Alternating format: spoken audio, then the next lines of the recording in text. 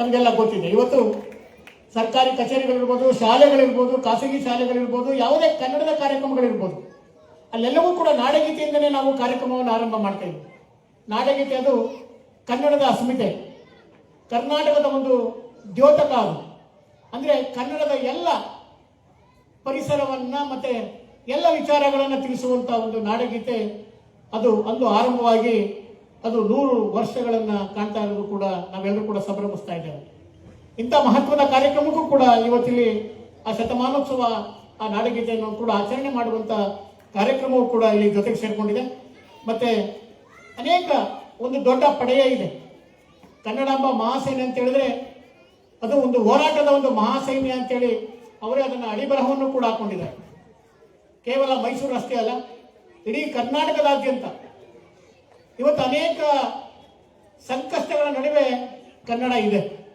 70 ವರ್ಷಗಳು ನಾವು ಕಂಡಿದ್ರೂ ಕೂಡ ಏಕೀಕರಣವಾಗಿ ಕನ್ನಡ ಮಾತನಾಡುವ ಕನ್ನಡ ಪ್ರದೇಶಗಳನ್ನು ಒಳಗೊಂಡಂತ ಈ 70 ವರ್ಷಗಳನ್ನ ನಾವು ಒಗ್ಗೂಡಿಸಿ ಮಾಡಿದ್ರೂ ಕೂಡ ಇವತ್ತು ಅನೇಕ ತೊಂದರೆಗಳು, ಅನೇಕ ಕಷ್ಟಗಳ ನಡುವೆ ಕನ್ನಡ ಇದೆ ಅನ್ನೋದು ಕೂಡ ತಮಗೆಲ್ಲ ಗೊತ್ತಿದೆ. ಪೂಜ್ಯರು ಬೆಳಗಾವಿಯಿಂದ ಬಂದಿದ್ದಾರೆ, ಅದು ನಮ್ಮ ಗಡಿ ಭಾಗ.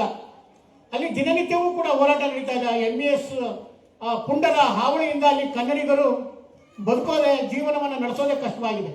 ಪ್ರತಿನಿತ್ಯವೂ ಕೂಡ ಆ ಭಾಗದ ಜನರು ಕನ್ನಡಿಗರೇನಿದ್ದಾರೆ, ನಮ್ಮ ಅಣ್ಣ ತಮ್ಮಿಂದರು, ಇವತ್ತಿಗೂ ಕೂಡ ಅವರು ಹೋರಾಟದ ಬದುಕನ್ನೇ ಕಾಣ್ತಾ ಇದ್ದಾರೆ. ಅಂತ ಒಂದು ಸಂದಿಗ್ಧ ಪರಿಸ್ಥಿತಿಯಲ್ಲಿ ಇವತ್ತು ಕನ್ನಡ ಇದೆ ಅನ್ನೋದು ಕೂಡ ನಾವು ನೆನಪಿಸ್ಕೊಳ್ಬೇಕಾಗಿದೆ. ಕೇವಲ ಕನ್ನಡ ಅಷ್ಟೇ ಅಲ್ಲ, ಕನ್ನಡಿಗರು ಕೂಡ ಅನೇಕ ನೋವನ್ನು ಅನುಭವಿಸುತ್ತಾ ಇದ್ದಾರೆ. ನಮ್ಮ ನೆಲ, ಜಲ, ಗಡಿ ಮತ್ತೆ ನಮ್ಮ ಶಿಕ್ಷಣವೂ ಕೂಡ ಇವತ್ತು ಮಾತೃಭಾಷೆ ನಮ್ಮ ಮಾಧ್ಯಮ ಅಂದ್ರೆ ಪ್ರಾಥಮಿಕ ಹಂತದಲ್ಲಿ ನಾವು ಯಾವ ಭಾಷೆಯಲ್ಲಿ ಕಲಿಬೇಕೆನ್ನೋದು ಕೂಡ ಒಂದು ಗೊಂದಲವಾಗಿ ಇವತ್ತು ನಾವು ಕೋರ್ಟಿನ ಮೊರೆ ಹೋಗಿದ್ದೇವೆ. ಸುಪ್ರೀಂ ಕೋರ್ಟ್ನಲ್ಲಿ ಇಂದಿಗೂ ಕೂಡ ನಮ್ಮ ಮಾತೃಭಾಷೆ ಮಾಧ್ಯಮ ಪ್ರಾಥಮಿಕ ಹಂತದಲ್ಲಿ ಆಗ್ಬೇಕು ಅನ್ನೋದ್ರ ಬಗ್ಗೆ ಹೋರಾಟಗಳು ಇನ್ನೂ ಕೂಡ ನಡೀತಾ ಇದ್ದಾವೆ. ನಮ್ಮ ಕಾವೇರಿ ನದಿ ನೀರಿಗಾಗಿ ನಿರಂತರವಾಗಿ ದಿನನಿತ್ಯವೂ ಕೂಡ ಹೋರಾಟಗಳು ನಡೀತಾ ಇದೆ. ಕಳಸ, ಬಂಡೂರಿ, ಮಹಾದಾಯಿ ಇವೆಲ್ಲರಿಗೂ ಕೂಡ ಹೋರಾಟ ನಡೀತಾ ಇದೆ. ನಮ್ಮ ಗಡಿ ಭಾಗಗಳು ಕೂಡ ಇನ್ನೂ ಕೂಡ ನಮ್ಮ ಅಚ್ಚ ಕನ್ನಡದ ಆ ನಾಡು ಅವು ಇನ್ನೂ ಕೂಡ ನಮಗೆ ಕರ್ನಾಟಕಕ್ಕೆ ಸೇರಬೇಕು ಅಂತೇಳಿ ದಿನನಿತ್ಯವೂ ಹೋರಾಟ ನಡೀತಾ ಇದೆ. ಈಗಾಗಲೇ ಹೇಳಿದ ಹಾಗೆ ಬೆಳಗಾವಿ ಇರ್ಬೋದು, ಈ ಭಾಗದಲ್ಲಿ ನಮ್ಮ ತಾಳವಾಡಿ, ಪಿರ್ಕ, ತಮಿಳುನಾಡು ಅದು ಅಚ್ಚ ಕನ್ನಡಿಗರ ನಾಡು, ಆದರೂ ಕೂಡ ಅದು ತಮಿಳುನಾಡಿಗೆ ಸೇರ್ಕೊಂಡಿದೆ.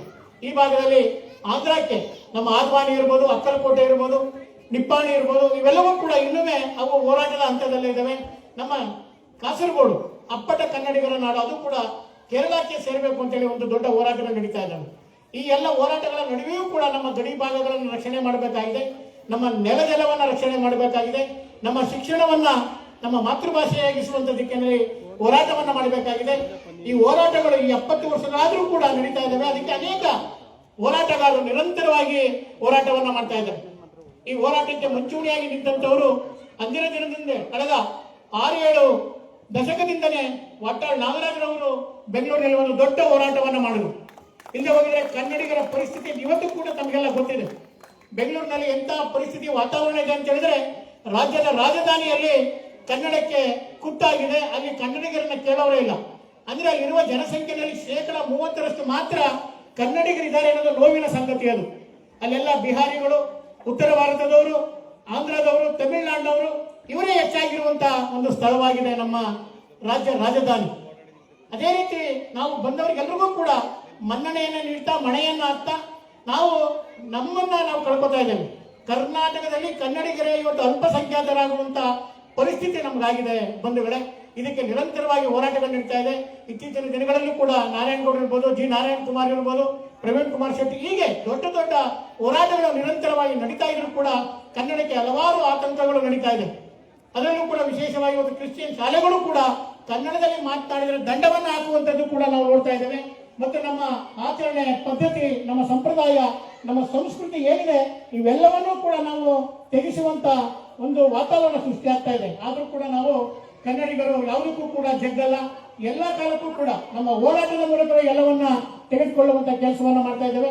ನಮ್ಮ ಕನ್ನಡಿಗರ ಅಭಿವೃದ್ಧಿಗಾಗಿ, ಕರ್ನಾಟಕದ ಅಭ್ಯುದಯಕ್ಕಾಗಿ ಕನ್ನಡಿಗರನ್ನ ಸಾರ್ವಭೌಮ ಮಾಡುವಂತ ದಿಕ್ಕಿನಲ್ಲಿ ಹಲವಾರು ವರದಿಗಳು